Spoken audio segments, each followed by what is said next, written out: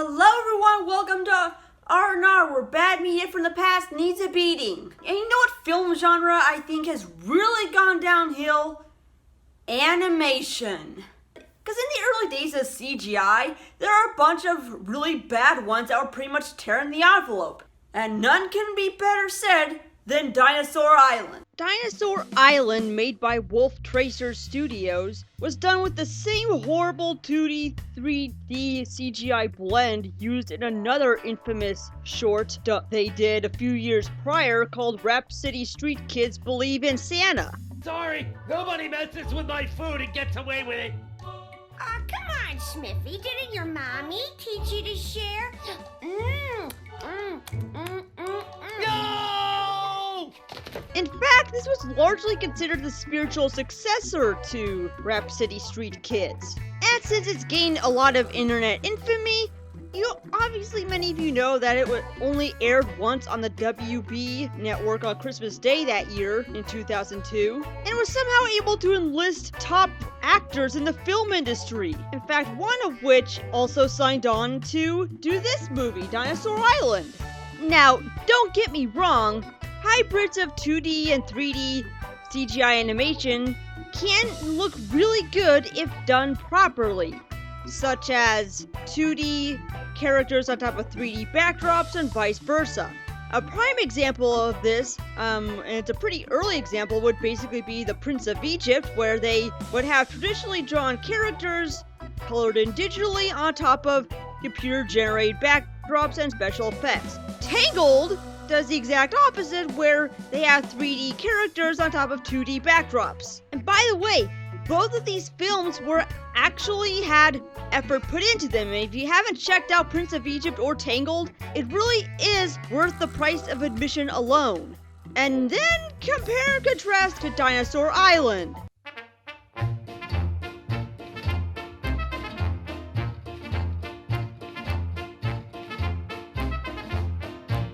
Yeah. Now you think Rapsitte Street Kids would be the nail in the coffin for Wolf Tracer, but nope.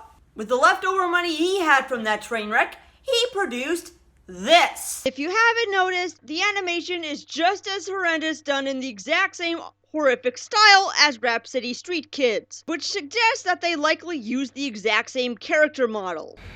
Is not this a magnificent day for sailing? Are you landlubbers enjoying Captain Butt's seafaring voyage?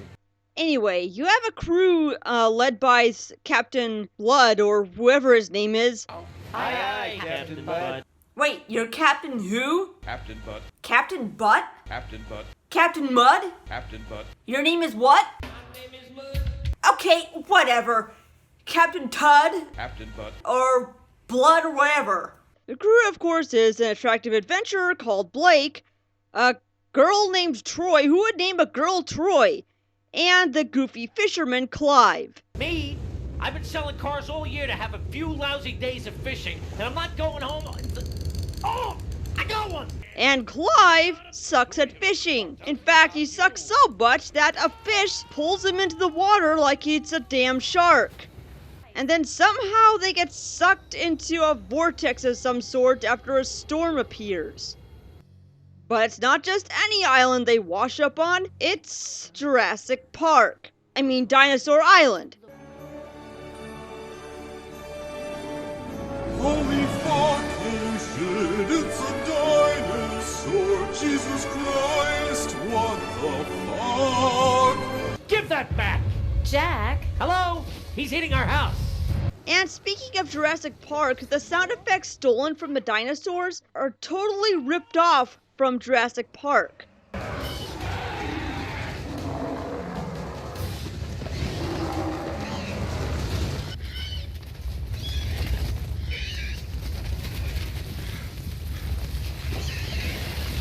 And they play it 5 times. But it's not long until they're attacked by the dinosaurs, and we have an ongoing scene where Blake falls into a... Blake! Cannot animate circles? That's the first thing you learn to animate in CGI class! And then we get this long scene of Clive being dragged up in the air by a pteranodon, and he falls down on a branch and gets an atomic wedgie that flings him in the air again. In an attempt to find Blake, Troy and Clive find him in some cave where they find out that they are not the first ones to actually disappear here. Somehow many people from many different time periods ended up there and somehow disappeared. Huh? It explains all of the shipwrecks, those writings, and also why the island isn't on any map. Not to mention the dinosaurs. So you're basically saying that people who got here converted to become wild natives, and somehow relics from their past ended up there through teleportation. And Troy was able to figure this out because she just picked up a random journal that has left untouched for centuries. And some hieroglyphics on the wall that I have no idea ended up there. And none of this that I'm pointing out makes any sense! And so they meet up with Captain Blood, working with a rogue tribe of natives, and he has gone bad and wants them dead for some stupid reason. How do you do it, Blood? How do you control these people? 'Tis no great task controlling those, when you control those that might devour them. And beside, I'm the one and only man they can trust. And then they actually use the friendly dinosaurs, and they get to the beach, but unfortunately, one of the dinosaurs grows attached to Troy, she says no, and then they sail off the island, the end. As you can see, Dinosaur Island has just about everything in the book that makes a bad animated movie. I wouldn't really call it a movie. I have a feeling that this was seriously a made-for-TV short that got pulled really quickly and released direct to video in the recycling bin. But to really know about Wolf Tracer Studios, you have to learn at the man behind it.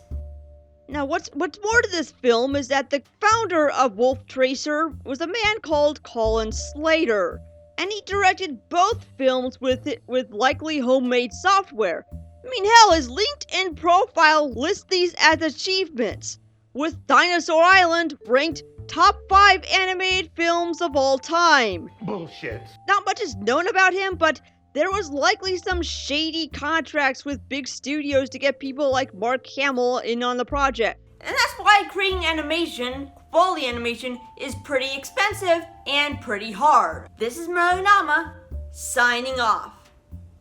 Thanks for watching. I really hope you liked this video. If you want to check out more from Marlyonama, please hit the subscribe button below, or go to my website at www.marlyomedia.com. And if you really like the content, be sure to support me on Patreon or follow me on Twitch TV. And as always, sign on.